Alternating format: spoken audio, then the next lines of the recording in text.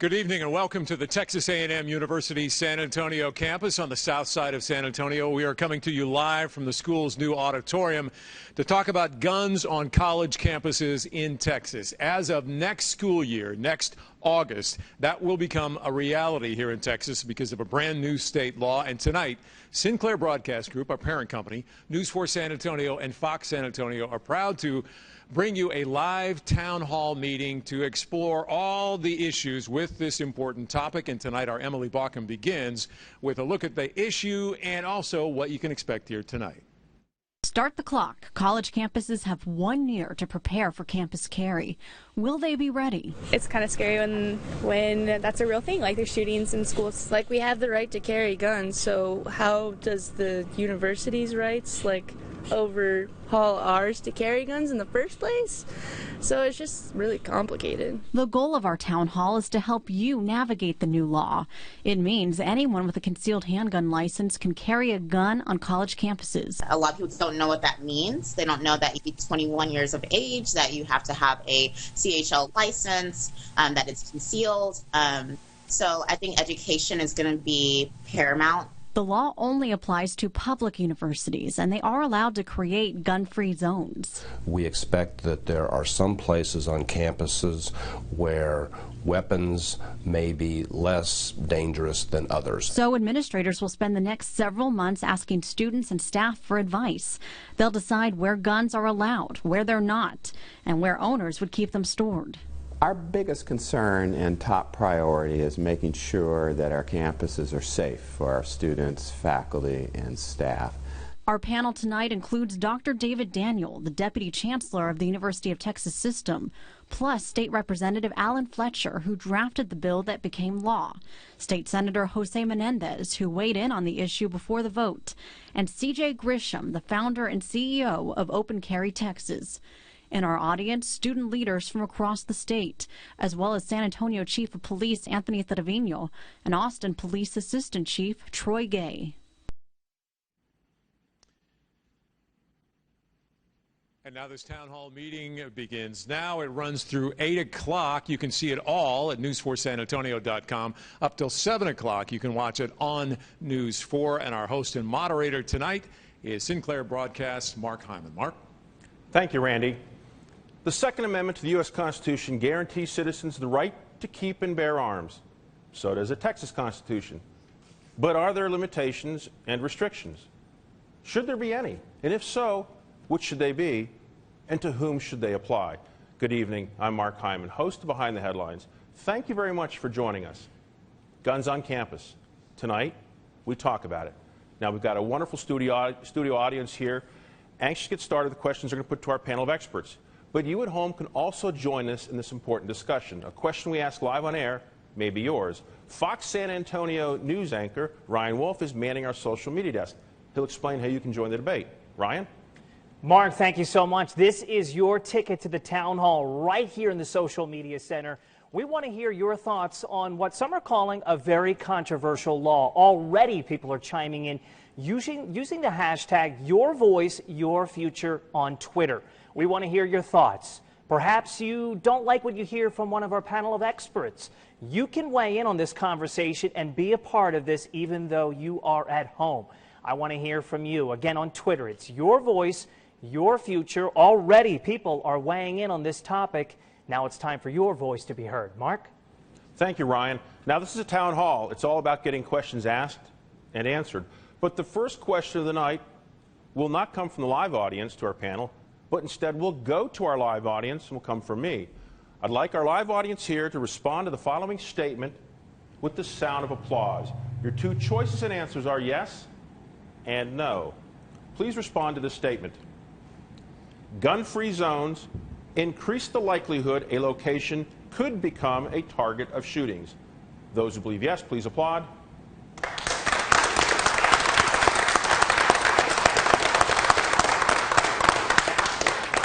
Those who believe no, please applaud.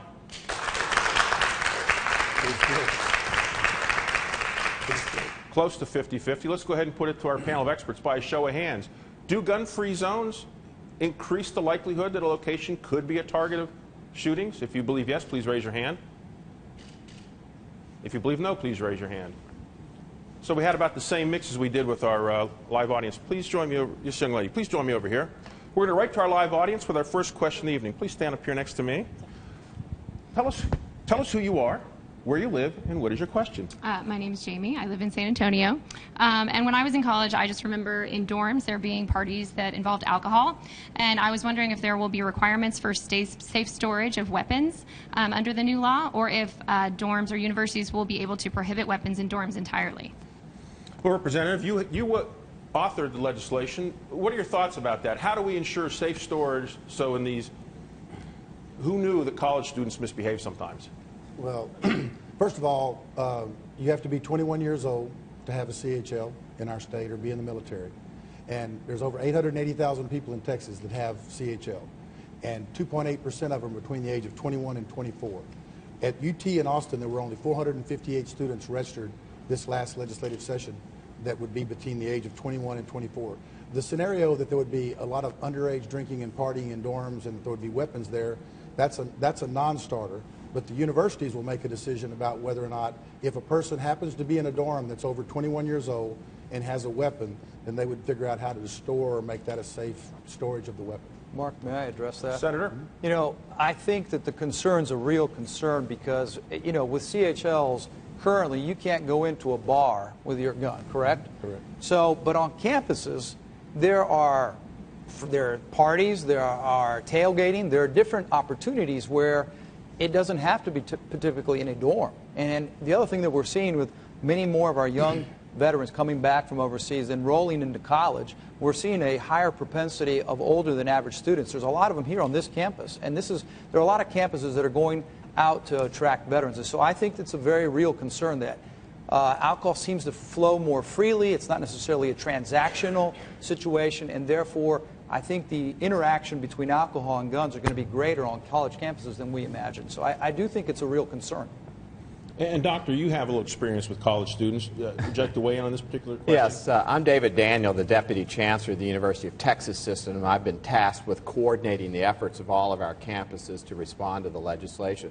The legislation does permit presidents to exclude certain zones on campus. So we will be evaluating whether dormitories, residence halls, graduate student apartments, etc., would be suggested as exclusion zones. And if they are suggested, another issue we would be addressing would be storage of weapons. But no decision has been made, and that question is exactly the kind of question that is going to be thoroughly discussed by law, actually, among key stakeholders at all institutions. And just a quick follow-up, Doctor. Are you getting input from various campuses on what their preferences are or what insight or suggestions they're making? I would say the input is mostly from individuals. Just as we have seen a range of opinion here tonight, when I've talked to faculty, students, and staff, there likewise is a range of opinion. Representative, you want to follow up? Yeah, I would like to say that that's why we wrote the legislation the way we did. That's what we wanted. We wanted the men and women that run our universities to make those decisions because we think they're the best persons in place to make that decision. But what we were trying to accomplish is make sure that the men and women of our state who've lived a life with no criminal record to the age of 21 that they're not put in a position on a college campus to commit a third-degree felony by carrying their weapon into class. These men and women don't break the law, and if they go into class with that weapon, the way the law was, they would be committing a third-degree felony. And we were asking them to put their guns back in the car or not bring them at all. And now this new law that's going to go in place says they can keep it concealed, go into class, and be safe. We're back to the live audience. Please tell us who you are, where you live, and what is your question? My name is Marie Alvarado. I live here in San Antonio. I am also a Texas A&M student here. I am a senior. My question to you is, will they be able to carry guns in the classrooms? And if they do, what would you do about it? I'd like to bring Mr. Grisham into the conversation. Well, obviously the schools are going to be able to make kind of those decisions. The legislation was written to where they can't do a blanket ban. I think I'm a little uniquely qualified in the sense that in addition to be a gun rights activist, I am a veteran, as Senator Melendez alluded to, and I'm a student as well. I don't see any difference in having a handgun in a classroom as having a handgun in a library or a restaurant or in my car or anywhere I'm walking around. Just because we might happen to walk through a threshold of a classroom doesn't change our mindset in any way. We're still the same law-abiding citizen that simply wants to defend him or herself and those around us. And I want to bring the chief in the conversation, and I also want to recognize that we have a number of law enforcement officers in the audience today, a number of chiefs from around the state, from as far away as McAllen, so we're thankful they've come here to be a part of this tonight's discussion. But Chief, your responsibility is to enforce the law. Any sense, have you got any idea of how this will be a positive issue? Does it create more effort for you? Is it sweeten things up? Any kind of insight on what this means for departments like yours? Well, I think I understand the intent of Senate Bill 11, but in my personal opinion, I think it probably creates more issues than it solves.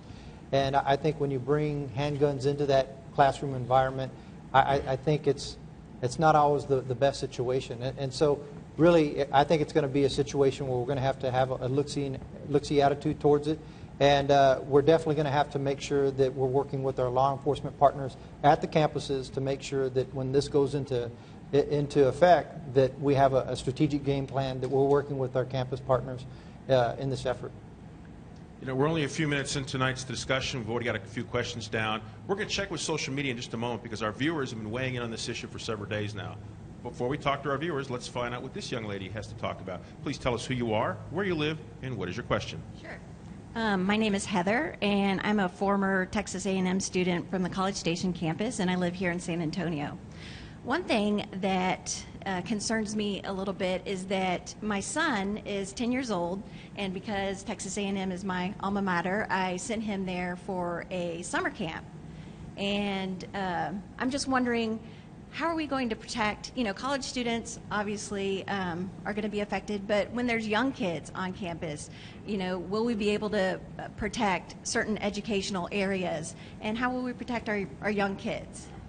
And Senator, she made a good point because a lot of schools around the country have everything from athletic camps and math camps and so forth throughout the year. So should we be concerned, and what steps should be taken to protect the youngest of our citizens? Without a doubt. I mean, I was a vigorous and remain a vigorous opponent of this legislation. I think it's,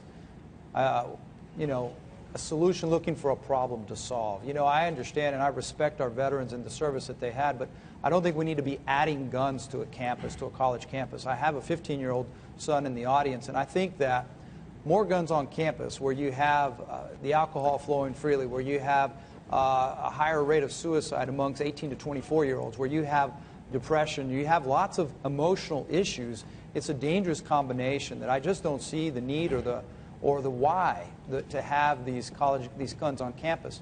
They make safes that you can safely keep your gun in your car. I don't see why you need to have it on the campus. So I agree that having the gun on the campus is not necessary, and it's going to create a whole new set of circumstances. You have people who are going to their let's say on their teams, and they're having aggressive workouts. They're coming back. They're having a life. It's a microcosm, but it's young people that are having a lot of emotions that they're going through as well. And so I'm concerned, and it's not you, sir, the vet that's come back from Afghanistan and Iraq.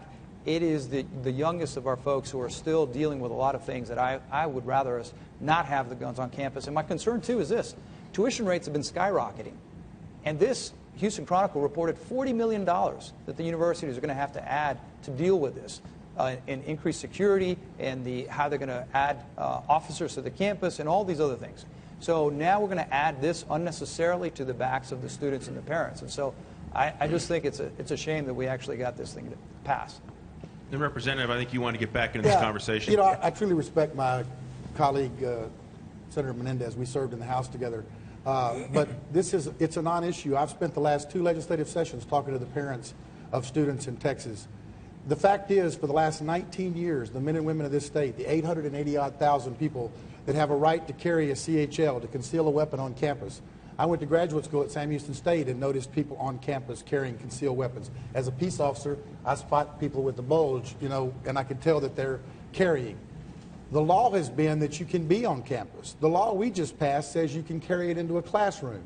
I assure you, the men and women of this state that go to class and study, that are over 21 years old, that like the lady back here that's a senior, sitting under a tree studying before she goes in for her test, she makes a decision as someone that's a CHL carrier to go put her gun up in the car or never bring it with her and not be safe in that gun-free zone. But she has a right, and has for 19 years, to have a weapon on campus. And we haven't had to spend $40 million. There haven't been any shooting incidents. We have the percentage of crime committed by CHLers is not even, you can't even calculate it, it's so small. So it's a non-issue. Well, here's where it becomes an issue. Just recently, this last session, we passed cannabis oil, for medicinal purposes, right? The next thing you know, the cannabis oil bill is passing. The social media is lighting up that marijuana is legal in Texas. And my concern is that it's not necessarily the CHL carriers like this gentleman here, the veteran. It's that now you hear this debate is guns on campus. So now maybe it's legal for anybody to carry a gun on campus. And so that's the concern that I have, is that that this is going to be perceived that I can just bring my gun on campus because the state passed the law to do that. And you're going to have open carry in addition to that. So now, I don't want to dominate this, but yeah. we have to discuss the fact that the law, you have to enforce the law and you have to obey the law. And the simple fact of the matter is, the CHLers are not breaking the law on campus when they're carrying their weapon, and this legislation will keep them from carrying it a step further by when they go into class not breaking the law. And I had to tell the college professors that call me, your colleagues, and they said, what about when I give someone a bad grade or I write them up? They're going to pull a gun on me because they're going to have a gun in class. I said, you don't have to worry about the person that's never broken the law in their life that's a CHLer, the one that has to be over 21 years old to have the weapon in the first place. You got to worry about the 19-year-old that you're talking about that's on cannabis, that's a criminal, that's carrying the gun illegally. That's crime. That's a gun-free zone, and it happens. But our law took care of the people in our state that have spent their lives and never broken the law until they were 21 years old, and we put them in a position now where they can carry that gun concealed into a classroom, protect themselves, and go home. Mr. Grisham, you want to get back in this conversation? Yeah, absolutely. There are only 11 states out of 50 that expressly forbid any guns anywhere on campus. 30 states allow guns into college campuses. Now, some of those, I believe it's 9 of them, you can't take it any further than the parking lot. So we have 21 states that allow guns in campuses, and I would ask, where's the security problem? Where are professors getting shot? Right now, I did a video at UT Dallas where I walked around and interviewed students, and I asked them what they thought about the campus carry bill.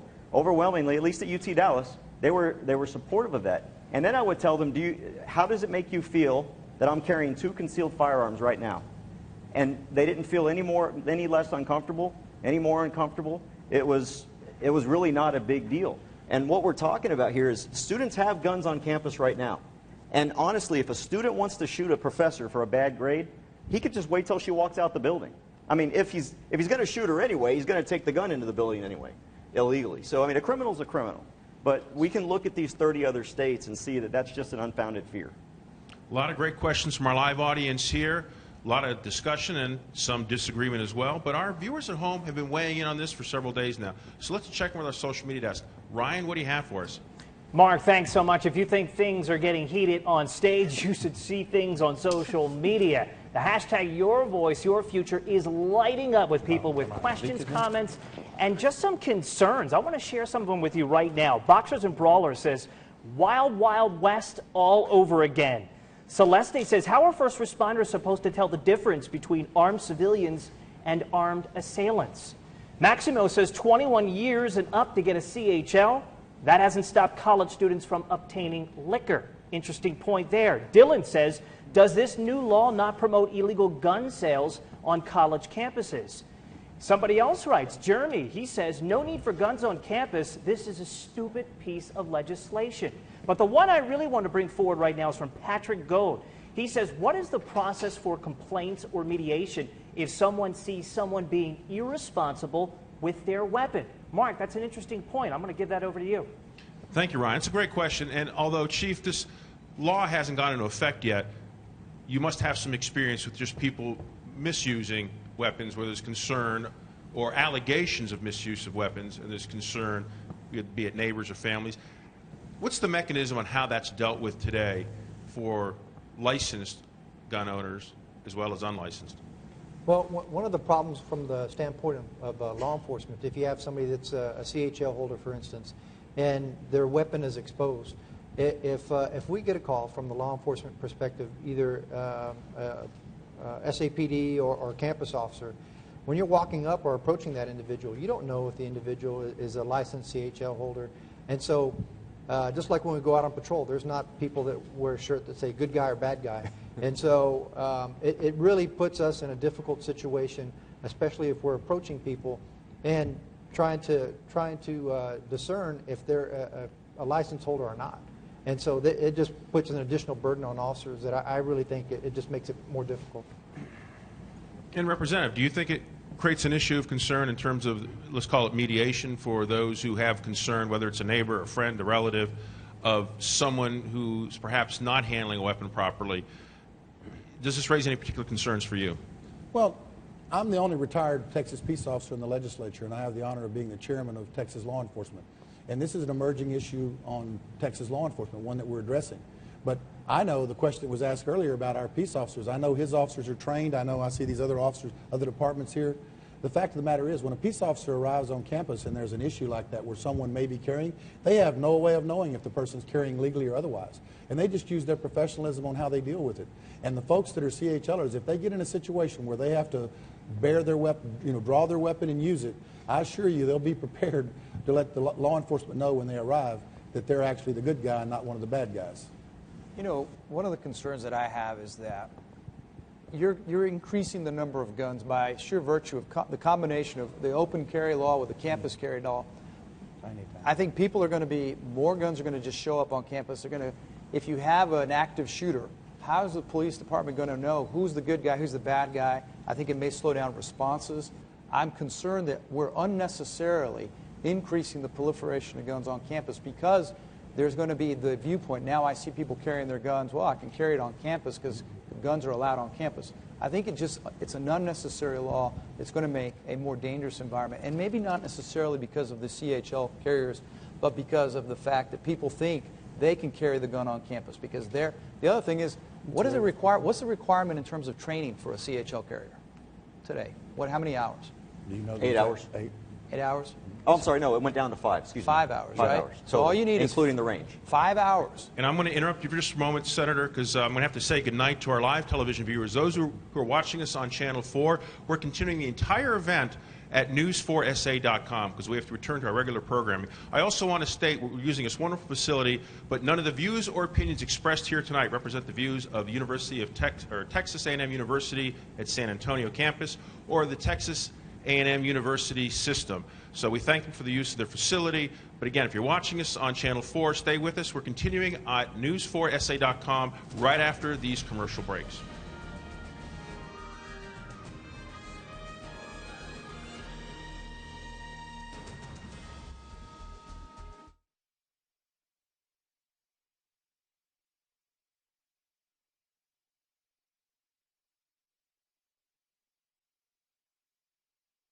The legislature several sessions before that. I don't think we did. This last session was my first session on higher ed. Yeah. So it was a great session. Hey, they charge you extra for all those seniority. So, ladies and gentlemen, we're going to go ahead and continue our discussion. What now? We're going to go back. We're going to start back. And I'll get to this young lady. Please join me right here. Please tell us who you are, where you live, and what is your question. My name is Shelly Chance. I live in San Antonio, Texas. And my question is regarding the trigger warning policy, which I know has been a big part of a heated discussion in higher education over the past couple of years. We're going from having an intangible item to having a tangible item in the classroom. How do you think that will affect academic freedom and open discussion in the classroom once that threat becomes tangible? Doctor, sounds like a question right up your alley. Well, thank you, Shelley, for the question. There are a lot of emotions around this issue. And in speaking with professors, they are particularly concerned, rightfully or wrongfully, about the change in the dynamic. And so our job as university administrators, of course, is to follow the law and do our very best to make the campus as safe as we possibly can. But also, I think the conversation that occurs, the dialogue that occurs, affects tremendously how people feel. And so we're very sensitive not only to the outcome, but the process of the conversation. I think it's as important in some ways as the end result. I need to respond to that because, first of all, open carry is not going to be allowed on campus. Secondly, it's CHL. It's called a concealed handgun license. The weapon is concealed. It is a non-issue. I've said this from day one. The professor won't know you're armed, and the other students won't know you're armed. But Alan, what happens if you open your backpack to take out your computer, your book bag, and the gun falls out? I mean, well, then it's that's in the just an backpack. accident, a mistake, I mean, and that's an inadvertent showing. We actually passed legislation when you were in the House with me to address that. But point- you're not supposed to have it like that where it's going to fall out. You're But- supposed to be in control of your weapon. I know, but the point is we're talking about a college campus, and Chancellor McRaven said that he felt that this bill passing would make the college campuses less competitive, because I think some professors, rightfully so, will feel threatened, and it's possibly that they could choose to move, to leave the state, to go to a state where they don't have guns on campus. That's Senator, getting more and more. Yeah, you know, Senator, I think there's also the inverse. Just since open carry and campus carry passed, I hear people saying, hey, now I can move to Texas. The other thing is, you know, we've got only 3% of Texans have a CHL to begin with. And you've got to be over 21 to have a CHL. Right. Most college students are under that. Right. So what percentage of that 3% is even in college? The percentage or per capita of guns, because what we're missing here is the professors can have guns too. This isn't just for students. So the per capita is probably going to be more armed professors just because of age than there are students. And you know, we're talking about guns falling out. I mean, I go to Longhorn Steakhouse, and that place is packed all the time, and I have guns. I don't see guns falling out. I mean, why is a library or a Longhorn Steakhouse or some other type of restaurant or busy packed area, how is that any different than a college campus? Well, because I see college campuses, people in T-shirts, shorts, flip-flops, and backpacks. I don't see where they're going to be able to have their holster inside their shirt or on their jacket. I don't see them. I mean, maybe a professor, but then that's up to the university if the university is going to allow professors to carry. I'm not sure that they all will. But it seems to me, though, that the idea on that side of the argument is that people who carry handguns are just irresponsible. I mean, we're very careful. Even when we unholster our guns at home, we're very careful about doing that. And yes, accidents do happen, but an accident can happen in a college classroom just like it can happen at my house. Correct. But like yesterday, we had a 14-year-old student go into a classroom, hold up the classroom hostage, right? So that he has the gun on someone. Question, if this is a college campus and there's someone holding the what happens when now does the CH holder take his or her gun out and shoot the person? Because this young man got talked down by the police and gave up his gun willingly. What happens? More guns on campus, I think, just makes the campus more dangerous. Most gun owners don't want to pull the trigger. They will do the exact same thing law enforcement will probably do. They will do everything they can not to pull that trigger. That's the last thing we want. We want to be able to carry the gun our entire life and never pull the trigger, as opposed to not have it and need it that one time. I would add, if I may, just one thing that I think is reflective of the dynamic that was mentioned earlier. Well, the professor could carry if they wish, but one of the concerns that we have as we implement this is we want professors focused on teaching students, and if we get into an arms race, if you will, that's not what we want. We want a safe campus that focuses. So that's why I said earlier, I think the conversation and the emotions, I hope, don't take this over. And our job here, I think, is to keep a reasonable discussion when we get down to the actual implementation. I have spent a lot of time talking to Admiral McRaven, Chancellor McRaven, President, whatever his He's title both. is. There you go. Admiral and Chancellor. Yeah, I have a lot of respect for him. I've spent a lot of time talking to him, and I've made it very clear to him. This is the law of the land. The Texas legislature, the Senate, the governor have signed this. We expect you to make decisions that follow what we're asking you to do. Yep. When you talk about the fact that schools may decide that they don't want to get an arms race, they don't want their professors to carry, if you have a professor in the state of Texas that wants to carry, they can. I assure you he needs to be allowed to. And when we come back to the legislature, the plan you bring us, the battle's over. We've passed this. This is the law. When it comes back to the legislature next time, the decisions that your group make, that's when the legislature will get back involved. We'll decide whether or not you're trying to make it safe for the people of Texas to carry or whether you're not. Right. I would just emphasize we are both fully committed to complying with the law and doing everything we can to make the campus as safe as And that's we can. what Admiral McRaven And we, Admiral McRaven is right down the hallway from me. We talk about this a lot. And we're looking forward to that conversation when the next legislature convenes as to what we've done at the University of Texas system to accomplish those two goals, comply with the law and make the campuses as safe as is humanly possible. But it doesn't change the fact that most of the presidents of the universities, including Chancellor McRaven, ask that we didn't pass this bill. It does not change that fact. Before we move on to the next audience question, I want to follow up with something that Mr. Grisham had said. You had mentioned that approximately 3% of Texans have a CHL. Has your organization, Open Carry Texas, or any other organization you're aware of, done any studies or any projections on potential number of people on college campuses that would carry? We have not. A lot of our members aren't even in school anymore. Those kind of data we haven't even polled on yet. But again, we're talking a fraction of a 3% as far as who's going to carry on campus. You need a CHL, or at least what's going to become a handgun license. You need to have a license. And obviously, as a gun rights organization, we are dedicated to the safe and legal carry of firearms. So we tell our members, unless you're a student and unless you've got a license, don't carry. Now we're back to the live audience. Sir, please tell us who you are, where you live, and what is your question? I'm Rick Briscoe from San Antonio. My question is to the senator and the doctor.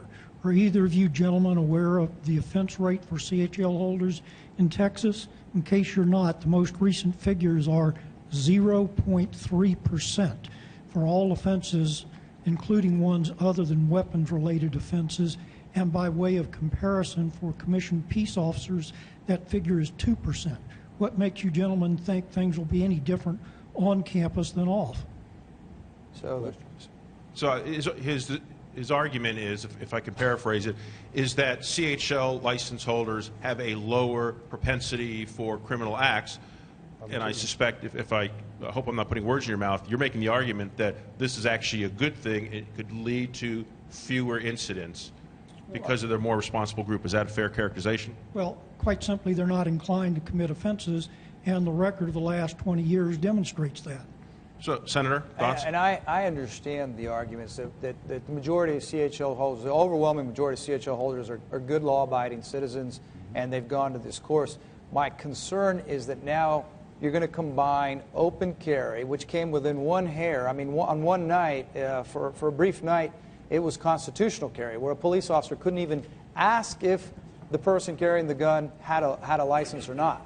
So my concern is we go back to the legislature, and I've heard from many people that they want to go back and make it constitutional carry. That you can't even ask them if they have a license or not. So now it's like, well, I don't need to be a CHL holder. Now I can be whatever I want. I can just grab my gun, stick it with me, keep it with me, and it doesn't make a difference. And I'm covered because it's legal to have guns on campus. You know, so that's my concern. Senator, I don't understand why open carry suddenly makes that a deal. You know, how is that any different than right now? I mean, criminals they don't care about the licensing. It's the law-abiding citizens that aren't carrying. The criminals, they carry anyway, and it's not because we have open carry. They're just going to suddenly go, ooh, now I can carry. I'm not talking just about criminals. I'm talking about, let's say, an 18, 19, 20-year-old who maybe has a gun, who doesn't carry it on campus, doesn't take it to school because he can't, because it's not legal. But now, let's say we have constitutional. You come back, and we had it just briefly for one night. It was the bill. We've never had constitutional carry. The bill was in the form that a police officer couldn't ask. That's not constitutional carry, though. It is virtually, because if they can't ask and you can carry it, no one can stop you. That's the problem that I'm seeing. That what this is leading us to is not necessarily people like yourself, but it's the 18, 19, 20-year-olds says, well, I can have it on campus because they can't even ask me. It's not a problem. And so it's going to lead to problems. That's what I'm saying. But that's a crime. That's a crime. I understand that. But it's going to lead to unnecessary problems. My numbers are good from June of this year when we passed the bill. The gentleman's numbers are accurate. 880,000 plus people in the state of Texas with a CHL, 2.8% between the age of 21 and 24. Only 458 on your campus, sir. That's a good number for you, by the way. Between the age of 21 and 24, there are CHLers, so you know that's how many you have now. So tell Art. But those are good numbers, and these people don't break the law.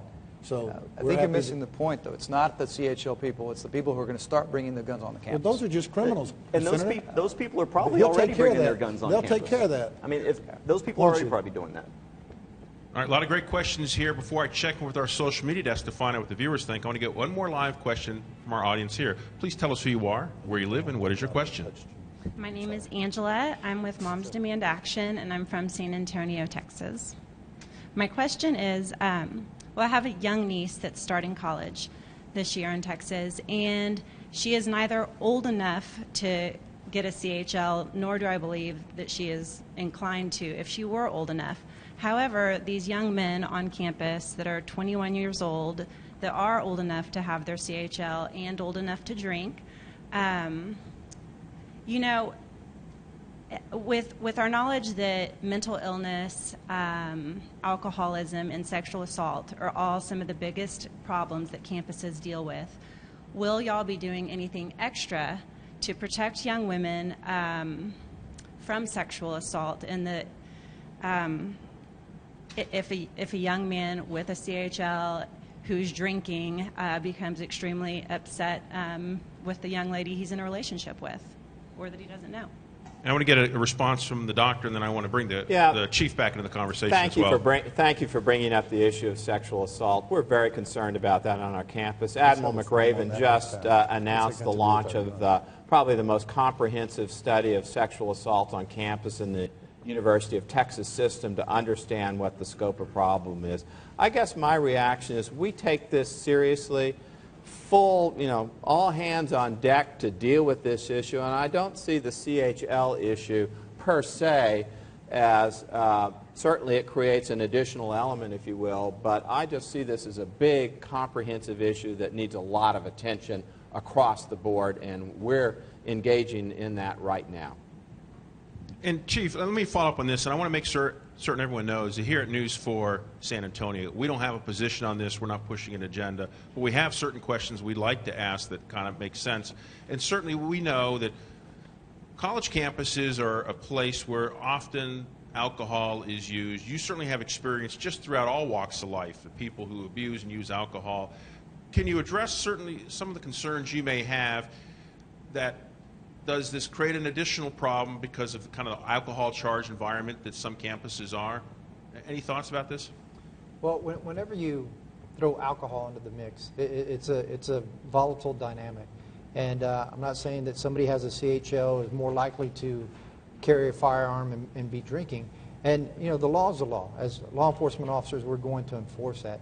And as I stated from the very beginning, I can understand the intent of the law, but the issue that I have with it from the standpoint of law enforcement, I think it's creating more problems than it's attempting to try to solve.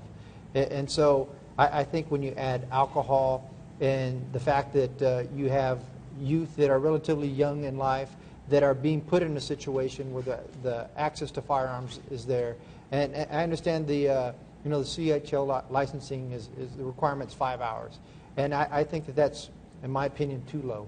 And I think that if we're going to have CHL, people that have access to that, I think that we, at a very minimum, we need to raise the number of hours that it's required to acquire a CHL. But Mark, the question had to do more with what are the college campuses going to do to help people feel safer? Because here's the concern. So let's say it's not this gentleman, but let's say it's some other CHL. Let's say you live in a dorm house or a fraternity house. You live in an apartment complex, and your classmate, your roommate has a CHL, and their gun's in there, on campus, in their room. See, for me, it's more of the proliferation of the guns in an environment that we know is known for, in many cases, binge drinking or use of illicit drugs. So there's going to be young people, more guns, a charged environment, young people who are a series of emotions, and the guns, the proliferation of the guns on campuses is what the problem is. And so it's, 5 hours, we could go on a Saturday and get it done, by 1 o'clock. But, Senator, I think 5 hours is too many. The fact is, for over 200 years, we did just fine without any training, and we didn't kill each other to death. But, Angela made a very good question. And that's something that, what's ironic is that pro-gun and pro-gun control crowd, we actually want the same thing. We want safety. We just go about it different ways and have different beliefs. She brings up the college woman, the small female. Well, what Senator Fletcher's bill has done, and what the law is now, is allowed that female to defend herself. So this proliferation, it makes it sound like we're going to put gun stores on campus, and we're all going to have these great shootouts at midnight on January 1st in the sky. It's just, again, we've got 30 test cases across the country where we can look at these things, and we don't even have to use emotion. We don't even have to say what if. We can look at these. 20 years. I mean, the UT Whitman shooting was stopped because students on campus had guns. Virginia Law School was stopped because students had guns. So there's just as many stories about how guns have saved lives on college campuses. But what we don't see is we don't see these college campuses around the state, around the country, where we've got these issues of people drinking and shooting each other. A lot of discussion and disagreement here on stage, but the producers tell me that right now social media is blowing up because our viewers at home want to be a part of this discussion. So let's check with our social media anchor. Ryan, what's the latest? Mark, I can tell you that is an understatement. I'm having a difficult time just keeping up with the tweets. A lot of people passionate about this discussion, as are our panelists and certainly people in the audience here at Texas A&M San Antonio. But let me tell you right now that a lot of the people on social media using the hashtag #YourVoiceYourFuture on Twitter are taking aim at what the panelists have to say. For instance, Coco says, no, it's the law of the NRA. No one wanted it, requested it, or needed it, least of all students. Dan Garcia, with regards to every person with CHL is a good guy, says, fallacy. Not buying into that one, he says. Another person also writes on here, town halls being hosted on a campus where the student government passed and signed a resolution in favor of the bill. So Colton wanted to raise that point there. Colton also says that the A&M chancellor is okay with the bill. He trusts the students, staff, and faculty of the largest university system in Texas. Again, that's with the hashtag #YourVoiceYourFuture. Celeste says some officers with proper training use their guns at the wrong times. Kids with a day's worth of training surely will. Maximo raises a point, and he's here in the audience. I want to share what he's saying on Twitter using the hashtag #YourVoiceYourFuture. Nearly all of these panelists haven't spent much time on college campuses. Hashtag out of touch. I'd love to hear your thoughts on manning the social media center. Again, hashtag #YourVoiceYourFuture. Mark? I'm on a college campus Thank you, Ryan. I've got a gentleman right here. So this Colton Buckley actually had a few comments on social media. You know this guy, don't you? I do. That's me. My name's Colton Buckley. I'm the former student regent of the Texas A&M University system. I was Governor Perry's youngest appointee and the last appointee to the board. So it's good to be back here at A&M San Antonio. Can you give us a couple thoughts on what might be the student perspective on certainly the passage of legislation, enactment, what it might mean, and are there any concerns, positive or negative, about the legislation? I can. Well, like I tweeted out and was read out, right here, the student government at A&M San Antonio overwhelmingly supported Representative Fletcher's bill. The president here, Andres Holliday, a good friend of mine, former student body president, signed that resolution in. You know, the A&M system has been overwhelmingly supportive. I mean, like I said, Chancellor Sharp said he trusts the students. He trusts us. As 21 years old, I should be able to not only carry a concealed handgun in my pickup truck, but also carry it in a classroom. And no one else should be worried about that, because folks who have concealed handgun licenses break less laws than anybody else. People in the state of Texas who have concealed handgun licenses have increased penalties when they break other laws.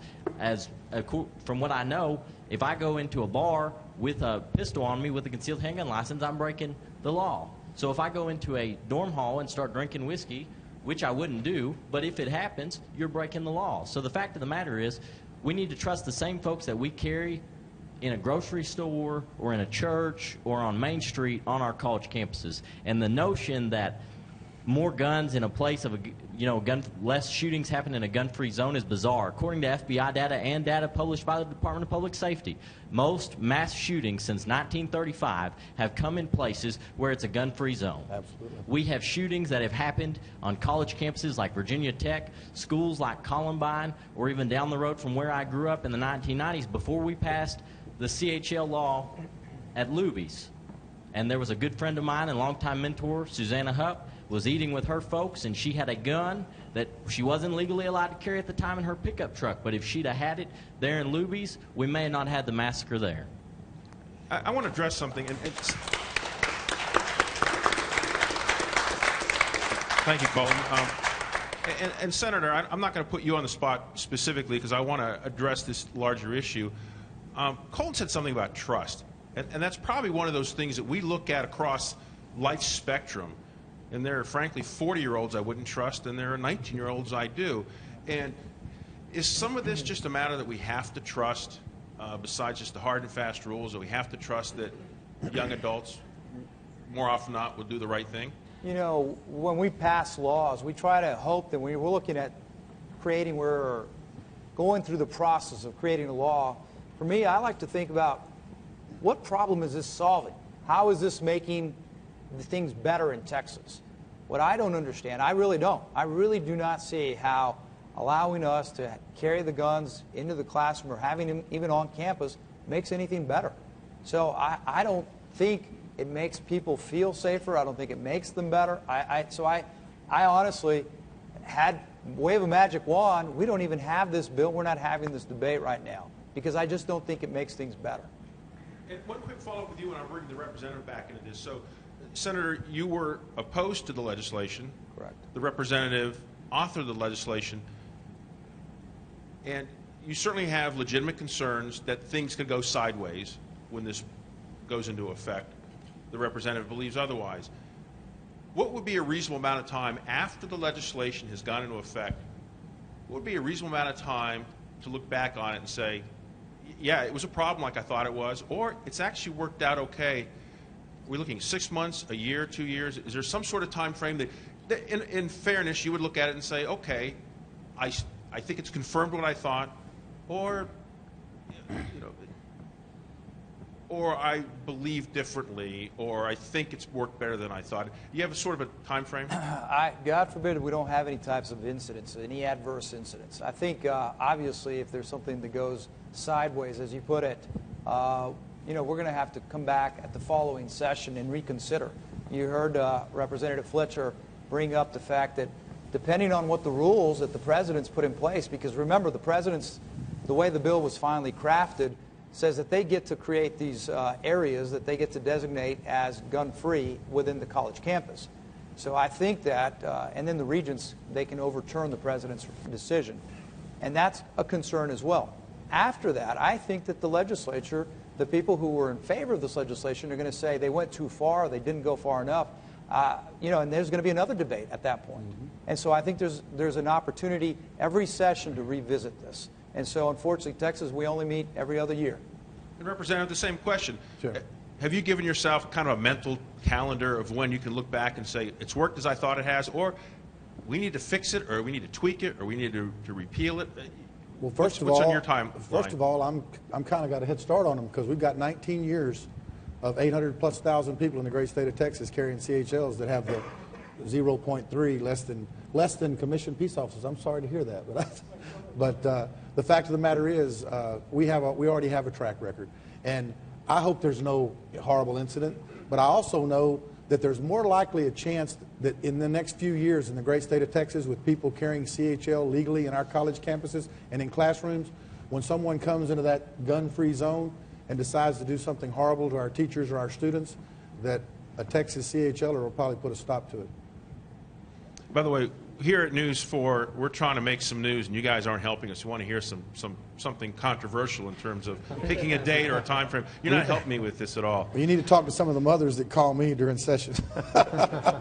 And before we lose an eye, I want to make certain we do have some chiefs and assistant chiefs in the audience. I certainly invite you to ask some questions if you have any. So any of the chiefs here, if you have some concerns or questions you want to address, I certainly want to get to you tonight before the evening's over. In the meantime, I'd like to get to this young lady. Please tell us who you are, where you live, and what is your question? Okay. My name is Celeste Solana Brown. I am from San Antonio. I just graduated from the University of Texas at San Antonio this May. My biggest question as a young woman that has attended the university has, faced things such as catcalling, the inappropriate things that I'm sure you all are aware of. My university has in place things that help me feel safer. They have cars that take me to my vehicle late at night, things like that. So as somebody that has paid for school myself, I see no benefit in adding to tuition in order to add that safety, because me knowing other people have CHLs and me not being somebody interested in getting one, I feel as though that's not adding safety for me, and it's just adding to my bill. So what do you say in that regard? I know that's something you mentioned earlier, Senator, but I just want to know, there are already things in place that do protect me, and I did feel safe at my university. So what do you have to say to that? One of the controversies that's going to come up in the legislative session is if the universities, thank you, good question, if the universities try to add fees or money to your tuition because of trying to claim they had to do something about the fact that this law went into place, I'd like to think that the legislature is going to hold them to task on that, because the fact of the matter is you can't justify the fact that it's going to cost any more. That this law is not going to cost any more security on our college campuses. Our college campuses will be more safe for no charge at all. And Mr. Grisham, I think you discussed cost earlier. You want to address that again? Actually, the representative just said what I was about to say. You know, this idea that we're going to have more security, well, that's what the law does, is provide more security. You know, last year I was on Fort Hood during the shooting. I was stationed there. I heard the big but loud voice go on. Fort Hood is a gun-free zone. All I could do was hide behind my desk and hope to God that I didn't just lock that shooter in the building with me. I don't want to have to do that because I'm now a student. I'm using my GI Bill, so I am a student. And I don't want to have to do that in a classroom. I mean, hopefully I never have to worry about it, and the odds are I never will have to worry about a shooting. But I don't want to feel like I have to hide and that I can't protect myself in a college classroom. But me being there is the added security. Chief, you have a lot of geography to cover here in San Antonio.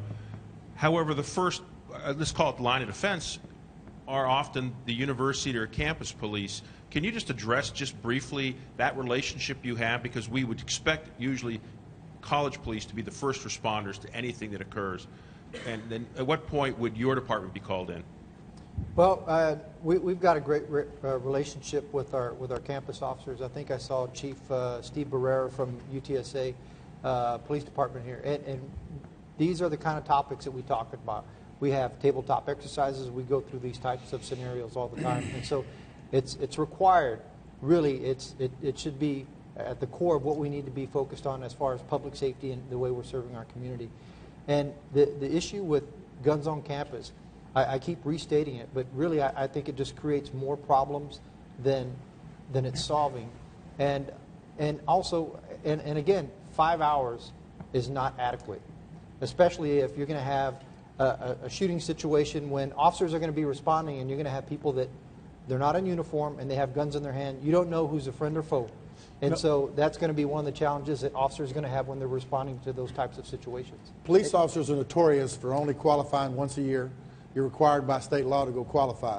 And sometimes they don't shoot. But I will tell you that the men and women in Texas that are CHLers, it might take 5 hours, it used to be 8, to get the CHL. But the people that are interested enough to be a CHL or have a gun, they're the ones that go out to the ranges and shoot. And if you look at the statistics in our state about the monies that are made at these gun ranges and the money that's made on ammunition and weapons, and McBride told me the other day here in Austin that he made $11 billion worth of retail in the first 6 months of the year. These folks are spending a lot more time than that 5 hours. So it's kind of a misrepresentation when you indicate that the law only requires 5 hours to get a CHL, that they went out, got a CHL, shot for 5 hours, and never shoot their gun again. These people have a little more training than that, but it's not about being trained to shoot. It's about self-defense. It's about being a CHLer, someone who's never broken the law till they're 21 years of age. They have a CHL so they can protect themselves in these gun-free zones. And they're carrying them already, and I don't want to make them leave them at the house or put them in their car when they go into class to better themselves. But let's take the scenario that was brought up, the mass shooting. So let's say we've got this gentleman who's a CHL, and what about, let's say you're a CHL, and what if he's a CHL? So you all pull out your guns, I mean, and then someone else comes on. My concern is it's the wild, wild west in the college campus. You know, Senator, the representative even said there's 500 or 458 here on campus. What are the odds that you're going to have 3 in one classroom? That's awesome. But the bottom line is, you know, you hear that when seconds count, the police are minutes away. By the time the police are able to respond, it's over. The guy's already put his gun back unless he's holding someone. But as soon as the police show up, that CHL holder that's not a criminal, as soon as the cop says put the guns down, the good guy puts the gun down. The bad guy turns. So the Wild West shootout scenario just doesn't bear weight because there aren't that many on campus to begin with. I want to move on for a moment and get this young lady's question in, and then I'm going to put another law enforcement officer on the spot in just a moment and get his thoughts on this issue. In the meantime, please tell us who you are, where you live, and what is your question. Hi, my name is Anna Katie. I live here in San Antonio, and it's my understanding that the community colleges will not have to implement this until 2017. And I was just wondering, why is that that way? What makes their population so different? And they have a lot of programs in the state of Texas where, as y'all indicated earlier, there's young people on campus. The college programs where you get these, you get college credit for coming on campus while you're in high school. So by the time you graduate, you've knocked out the first maybe freshman year of the 4-year university. And so the professors came to us. We were trying to be open and fair about it. They came to us and expressed a concern about they thought they needed more time to see how they were going to deal with where they were going to put those young people that were too young. I didn't find it to be a valid issue, but we made concessions. I don't understand why you can't carry a weapon in a medical area, an emergency room on a college campus. Some of these things about what difference does it make, but we made that concession, and it's going to be a little later before that goes into effect, but the community colleges have to make up their mind. But to use your logic, then why, if this is so much better and so much safer, why did you also opt private universities out?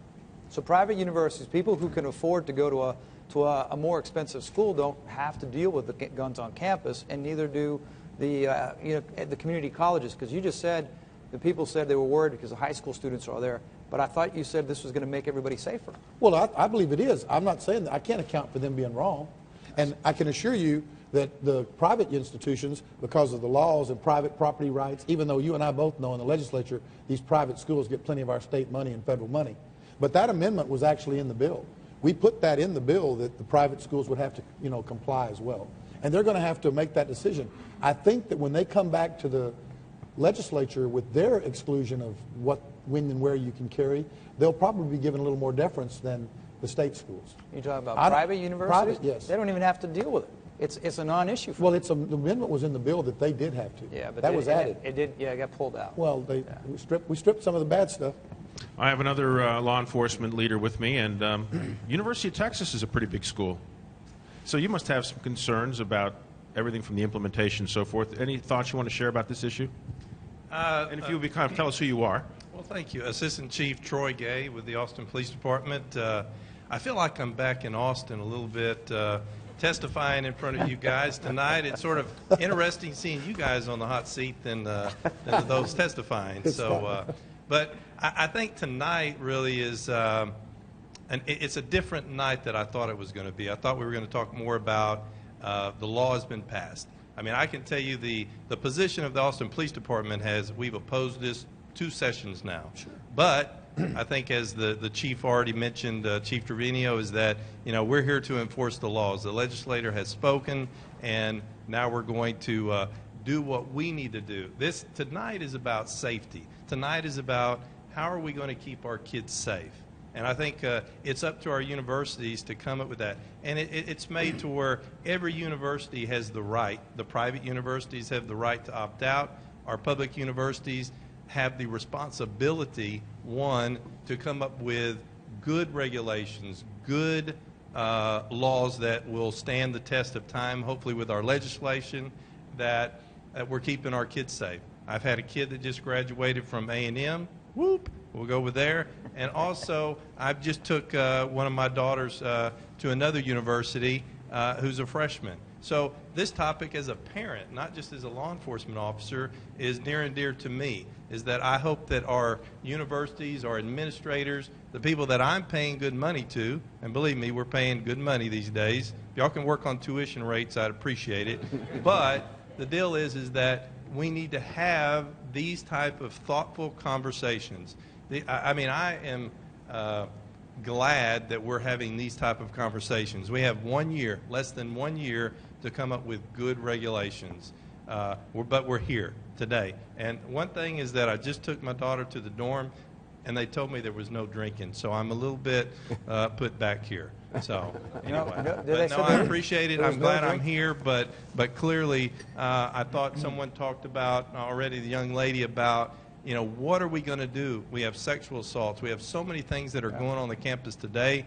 I know that I agree with the chief is that we do have, as law enforcement officers, already challenges. I can tell you we're more worried about January 1st in reference to how are we going to address open carry, and that's something that is first on our plate, but we're also looking at campus carry and how are we going to work as a collaborative local agencies with our universities to make sure that not only our kids are safe, but your kids are safe. And I hate to tell you, Chief, but your whoop will probably make the News for San Antonio Christmas reel.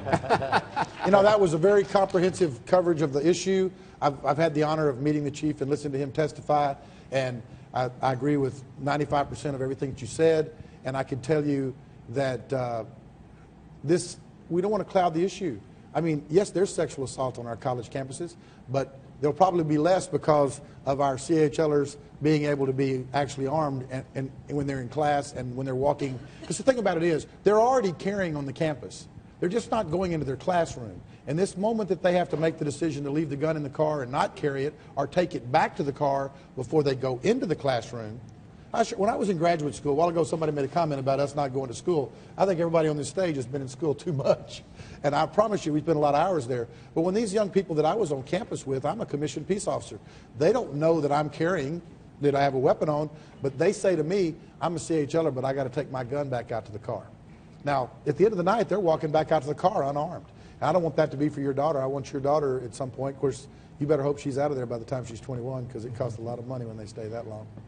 But thank you very much for your input. And I don't think the issues are, I think one out, X's out the other. I really do. I want to bring Mr. Grisham and the doctor back in the conversation, and then I have to check with our social media. But first, Mr. Grisham, for anyone at home who's watching this and says, I don't have children in college yet, but I have them in grade school, middle school, and high school, what do they need to know about this?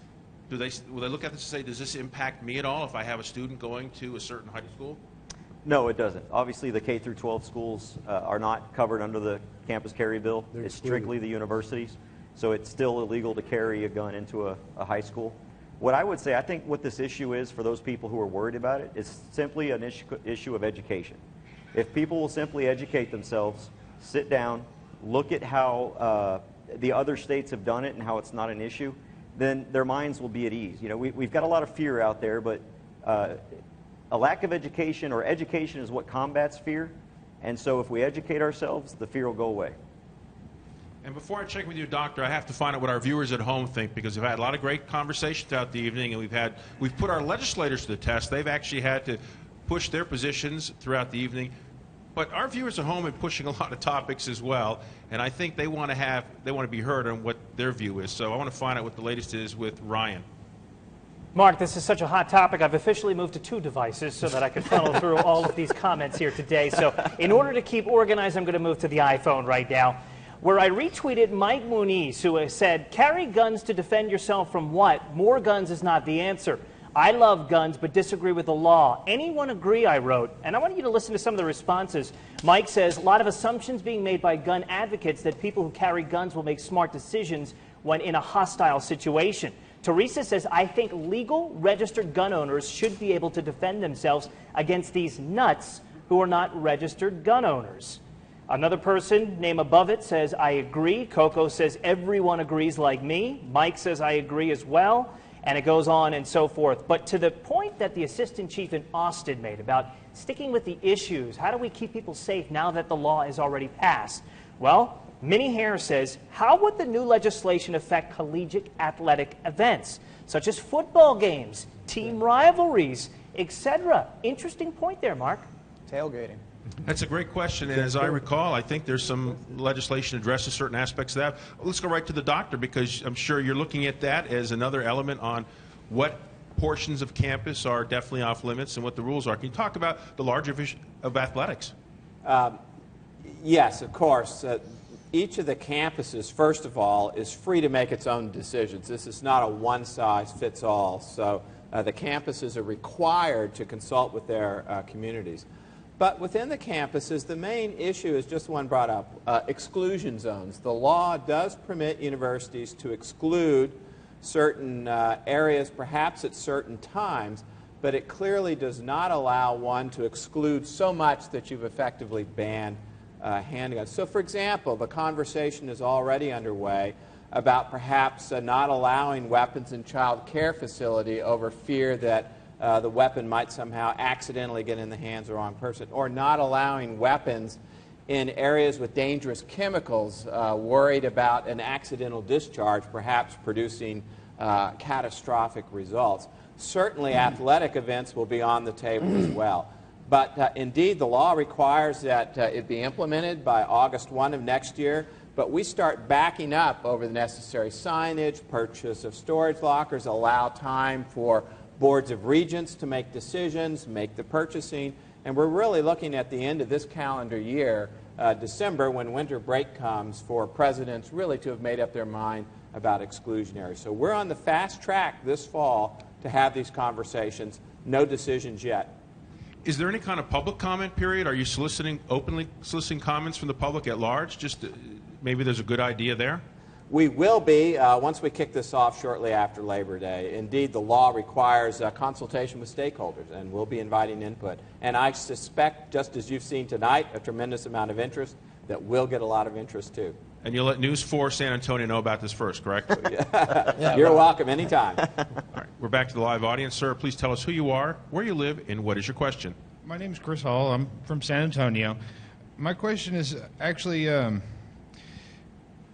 you claim that the security will cost $40 billion. What were you doing to prevent illegally carried weapons before this passed, and why are you targeting law-abiding CHLs now? Also, how well is keeping alcohol off campus working? Because if you ban weapons from a student's home away from home, you have banned them from self-defense. Senator, thoughts on that? And it's, you know, the assistant chief made a comment, and I'm a parent of college students, and we always worry about those things that they're not supposed to do already, and they do. How do we police this to ensure that... I heard his comments talking about the dorm, said that there was no alcohol allowed in the dorm. I went to a college that was a dry campus, and I can tell you that some of the Coke machine buttons, the one that said Tab, who can remember Tab? That's the one that had the beer in it. And I remember the people, you know, at the football games, all drinking. And so I think, you know, the $40 million figure came from the Houston Chronicle. And I think what they did is they went and they surveyed all the universities, and they said, when you deal with these new guns on campus, because what happens is there may be a handful of people carrying a gun on campus illegally or whatever, unlawfully today, but it's not going to be the great proliferation that I and many others perceive that will happen, because it's not just going to be the CHL carriers. See, that's my concern. It's not going to be that. It's going to be more people that are going to believe guns on campus are now legal in Texas because it says guns on campus. And they may not go that further step to say, oh, it's CHL. That's the concern. It's unnecessary. I mean, you can carry your CHL, have it wherever you do. I just don't think we needed to pass a law that said there's guns on campus. Yeah, I think it's going to be ripe with the potential for a lot of harm because of the combination of the young folks. The suicide rate is so much higher amongst young people. 18 to 24, it's 9 times higher. So there's just a lot of reasons there. And, you know, firearms in the mix makes, unfortunately, suicide rates much more effective. And so I think that we need to be careful. It's not necessary, and that's why I voted against it and think it's a mistake. We're back to the live audience. Please tell us who you are, where you live, and what is your question? All right, my name is Matthew Martinez. I'm a student here at A&M. And my question, or first a comment, I've been a CHL holder for a little over a year. And when I first purchased my firearm and everything, I knew it was my responsibility to keep that firearm concealed, and I knew it was my responsibility to keep it safe and out of reach of anybody who could have access to it. So I have a safe, I have the proper holsters to where it, you know, to keep it from being seen. So again, that was my comment. My question is, how does making this gun-free zone on a campus, potentially, from a dorm or a classroom, how does that make a CHL holder safer from disarming them? Well, let's bring Mr. Grisham back in the conversation. What are your thoughts on this? I think when you're able to have a firearm on you, you can defend yourself against any threats. Again, hopefully there won't be any. When you prevent someone from being able to carry a firearm, you've got dead victims who couldn't defend themselves. And you know, the argument here is we've had these mass shootings, but there was nobody there to stop it. And I want to bring the doctor back in the conversation, because a young lady brought up an issue earlier. Until a year or two ago, I'd never heard of the term trigger warnings. But we live in an age where we should be more concerned about the safety and security of all of our young people. Can you just talk just in broad terms about this issue, about how it consumes perhaps more time of colleges today in terms of ensuring the safety of our students, not just on the gun issue? but on all these broad issues, alcohol and drugs and so forth? Well, there is more time being consumed on campus by everything that's been mentioned. We are spending more time, more money, more effort dealing with mental health problems, educating people about sexual offenses, a whole range of issues. The things you see in society, you see on college campuses. And of course, this carries over into concealed carry on campuses as well. So I don't think there's anything especially different about college campuses, except that you've got a lot of young people, and even with concealed carry, one of the concerns that we're worried about is just making sure that the underage person does not gain access to the firearm because of improper storage. And granted, it's supposed to be stored correctly, but I feel that our responsibility is to take reasonable steps to help make sure the intent is realized. But the problem is you can't control what goes on inside the dorm room or inside the apartment or inside someone's personal space. And so the gun's on campus, the roommate's there, something happens. And I understand they're saying, you know, we're going to be out in this open area and someone's going to pull out a gun and we're going to save the world from these. That's fine in terms of that scenario.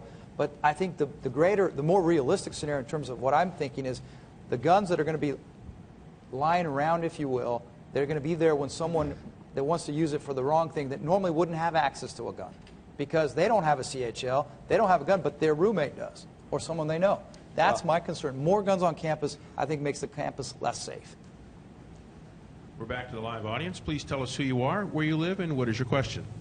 Hi, I'm Kathleen Kennett. I'm from San Antonio. I am a student and a staff member at UTSA. I'm also a retired from the U.S. Navy, so I'm very familiar with weapons. I disagree with you, sir, that 5 hours is way too little to know what to do with a weapon. My comment is more for the doctor and the chief of police. As a staff member, I am concerned how I'm going to react if I hear something go on and what I'm going to do. Because if I look out my door, which is a glass door at UTSA, and I see a situation, I've already told my student workers, I'll lock the door.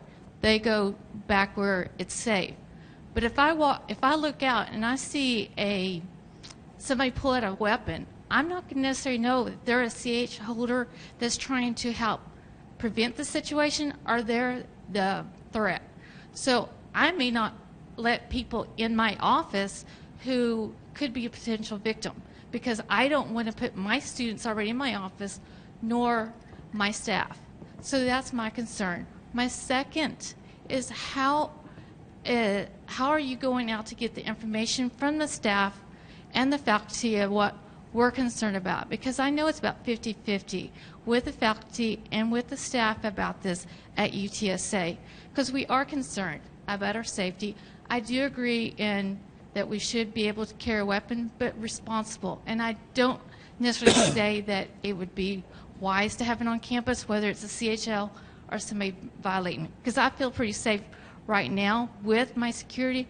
I've only had one situation, and security helped me out on that.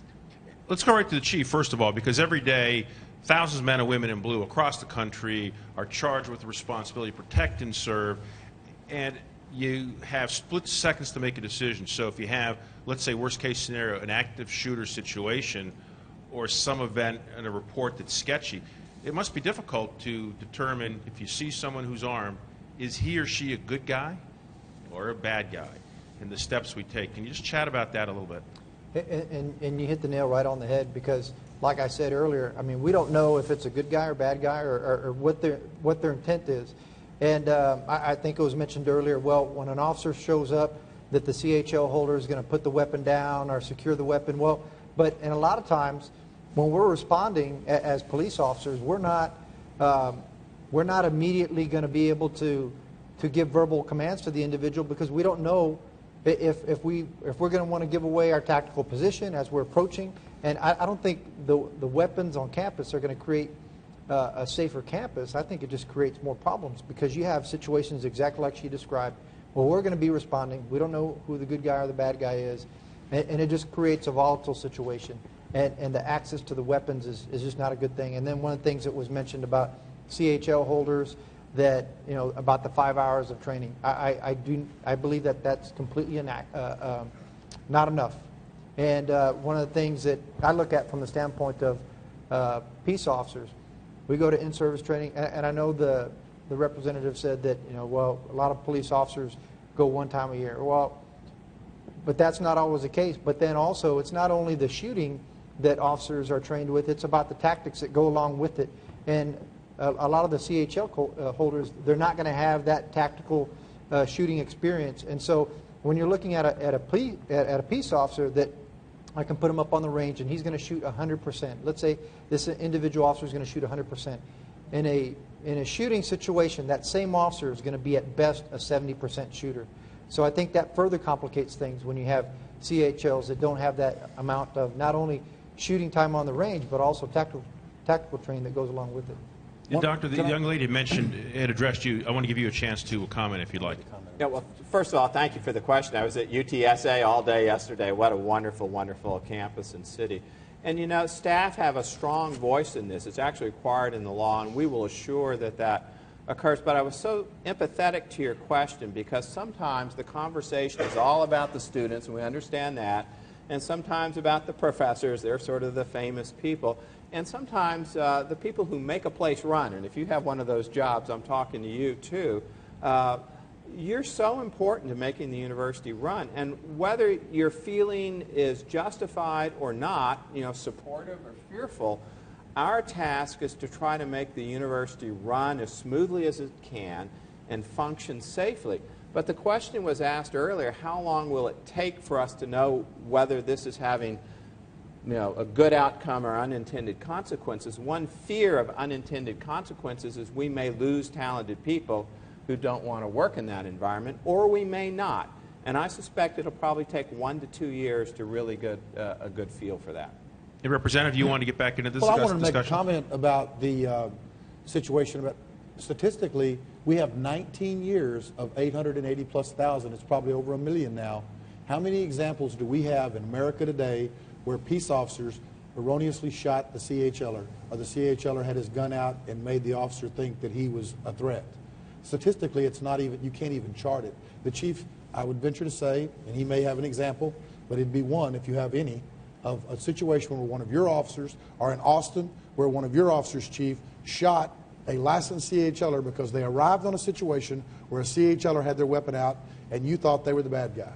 Statistically, it's not even on the charts. Yeah, but the problem, Alan, is that we're dealing with a brand new environment. Am I right? You know, you're talking about up to now, you're saying CHLer is 800 and how many thousand? 800+ thousand, probably over 1 million now. Spread out over 26 million Texans, spread out over 254 counties.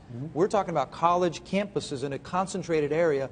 UTSA with 32,000 people, like a city. How many students do you have at UT Austin? 50,000. 50,000. 458 licensed CHLers between the ages of 21 and 24 for UT Austin. 458 people. There's your numbers. How many of this 32,000 here? 458 currently, right? But now we have now, as of the law that you passed, that I opposed, now you have campus guns on campus. So now you're a 21-year-old senior, and you're a junior, whatever you are, and you say, hey, it's only 5 hours.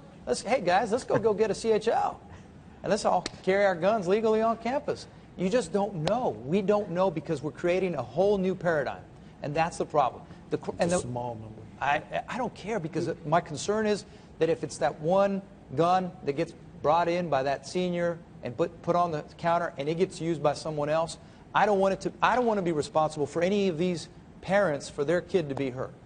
You know, and I'd like to respond to the chief as well. Being an open carry activist, I've had the pleasure of interacting with many law enforcement.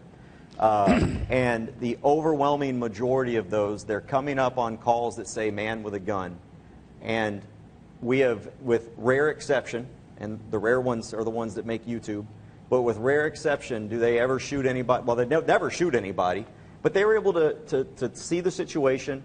They can see our body language. They can see our faces. They see that we're not. Our law enforcement are very well trained for dealing with armed citizens. And there are many videos of where law enforcement come up on a situation where an armed citizen is stopping a cop or a rapist or something, and those gentlemen don't get shot either. So I think our law enforcement are quite well trained and capable, because they're intelligent people, to come into a call and be able to analyze the situation with professionalism and with competence. That's what I think. All right, we've got about 10 minutes left in tonight's program, so we're in our lightning round. So I'm going to ask for lightning round questions, lightning round answers, so I can get as many people in as possible. Sir, please tell us who you are, where you live, and what is your question? My name is Timothy Campbell. I live in San Antonio, and I have a brief thank you to Chief Trevino for the professionalism of your officers in Graveyard West Patrol. I'm a security officer, and they've been nothing but professional.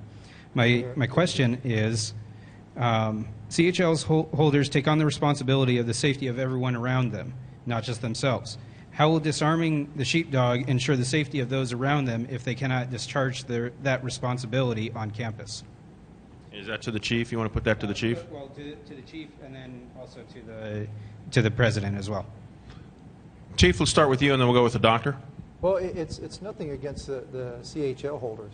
That's not the point. The point is having weapons on campus, the proliferation of the weapons on campus, and I just don't think it's the safe environment for it, where you're going to have the more weapons on campus that, guns work for the person that has a gun in their hand.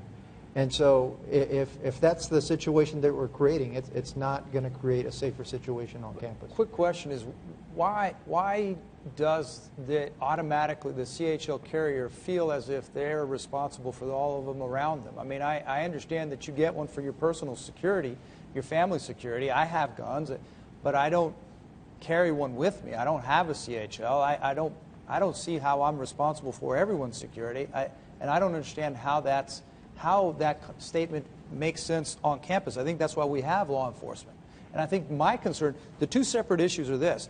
It's not whether or not CHL holders are law-abiding citizens. Great. I think you have data that shows that. But the proliferation of guns on campus, I think, is going to make more problems. Well, Ms. Grisham, I'll bring you back in the conversation. It's a great question.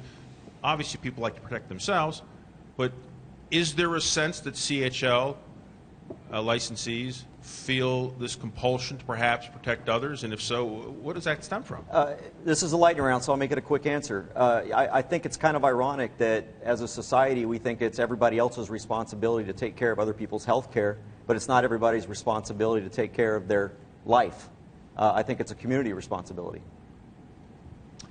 And Doctor, we give you a chance. The law allows presidents to establish exclusion zones. So in my mind, the law understands or reflects an understanding that as you look at risks, there may be some areas where the balance of risk tips toward not having concealed weapons in certain parts of the campus or at certain times of day. We're back to our audience for lightning round questions. Sir, please tell us who you are, where you live, and what is your question? Felix Cano, Bexar County. I was wondering if you make a gun-free zone, like a classroom, and my niece gets shot and she's a CHL carrier, are we allowed to sue the university for everything we can get? Because you disarmed her.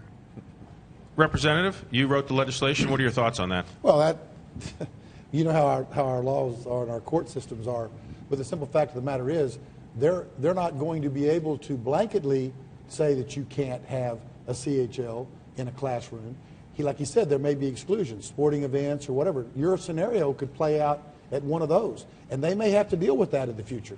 Because one of the lighter moments I had in this with Admiral McRaven is he said, if this law and what you've told me makes sense and applies, why can't we carry weapons at our sporting events? And I said, well, if you'd like me to file an amendment for that, sir, I will. And he laughed. He said, no. And he said, I don't want it at all. And I said, I understand that. But then we had the debate about why we think it's right. And your point is, this is a litigious society. You can sue anybody for anything. And that's why they have to take what they're doing very serious. I don't think people realize how serious the legislature is going to take the idea if they try to act like that their tuition needs to go up or they've spent millions of dollars on additional security. They're going to have to prove it and make their point.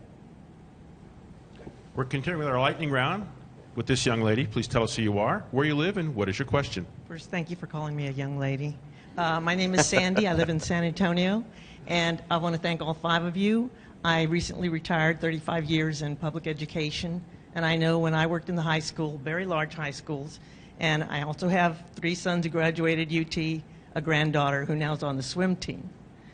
And one statistic that I think we're ignoring too is that it's overwhelmingly proven that when you have a gun in the house, you're more likely to be killed by it than defending yourself. My granddaughter's going to be in a dorm. That's her home. Suppose starting to run low on time, so suppose her roommate has a gun. Suppose they're drinking and they decide to play Russian roulette or something. I don't know who her roommate is. It's an international she's on the university. swim team, right? You said she's on the swim team? Yes. So she may be a freshman, a sophomore, but there are also juniors and seniors on the team. And so my point is this, that especially on teams is when you have the biggest mix of older and younger students. And so what you're saying is the proliferation of guns, maybe by a 21-year-old that decided to bring the gun to campus, would potentially make her less safe where she's living, in her home, because you're saying statistics prove that having a gun on campus could potentially, or in the home, could make you harm more. So I think there's a couple of us on this stage that agree with you. Lightning round questions. Sir, please tell us who you are, where you live, and what is your question? I'm Colt from Bexar County. My question is a follow-up to one that was asked before. I didn't hear an answer for the chief. Can you give us an example of where a concealed handgun license holder that you know of here in the city or anywhere in the state has been accidentally shot by law enforcement when they responded to a situation where that person needed to defend themselves? Not off the top of my head, and I haven't researched it. Would you be able to follow up with us on that at a later time? Sure. I can get with you after and give you my Sure, information. yeah. Thank you. And this young lady, if you join me, please. Please tell us who you are, where you live, and what is your question? Hi, my name is Bella. I'm a recently graduated UTSA student. And I had a question about how CHL carriers, if they will be registered on campus, and if students will have the choice to be able to opt out of having a dorm mate who is a CHL carrier or a professor who could be carrying a gun. It's a great question. Doctor? Yes, that's one of the things we'll be considering. Great question. And, you know, one of the concerns just is not necessarily the concealed weapon carrier, but a roommate, just as you asked. So we've got a long list of things to address, and that's one of them. Well, be sure and don't put a sign on the dorm that says there's no guns in this one, because you'll make those people be in a lot more danger. Well, but the thing is that, Alan, when you say that, you make it sound like there's It's people true. just walking around campuses looking for people to kill. There aren't. Well, the ladies were concerned about sexual assault. But I'm saying you're going for. But that's 20% of women on campuses are getting assaulted sexually. So there's evidence that goes. Well, points hopefully to our CHLers will stop some of that. All right, we're going to have to leave that as a final word because we've run out of time.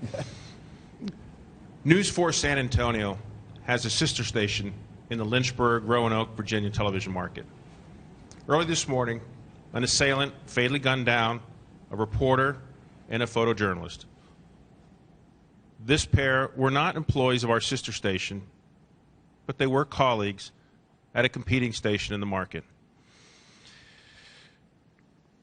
It's with heavy hearts that we send out our thoughts and prayers to the families of 24-year-old Allison Parker, 27-year-old Adam Ward, and to the staff and crew of WDBJ TV Channel 7. We all share in their loss. We've had a great discussion tonight, a lot of discussion, a lot of debate, a lot of disagreement. But on one point, I think we can all agree, regardless of what our personal views are on this legislation and the policies, I think everyone here wants the same thing. They want to guarantee the safety and security of themselves, their families, their neighborhoods, and their communities. They just have different ways of going about it. I'd like to thank our panel and our live audience for being part of this. I'd like to thank you at home for joining us for tonight's comments and discussion on both Facebook and Twitter. Make certain you watch, or make certain you join the discussion as we're continuing the conversation on Facebook.com/News4SA, and make certain you watch our late news for coverage of the town hall and all the day's breaking events. And finally, we'd like to salute our military, law enforcement, firefighters, EMTs, and other emergency personnel for their service to our communities and our nation. I'm Mark Hyman. Good night.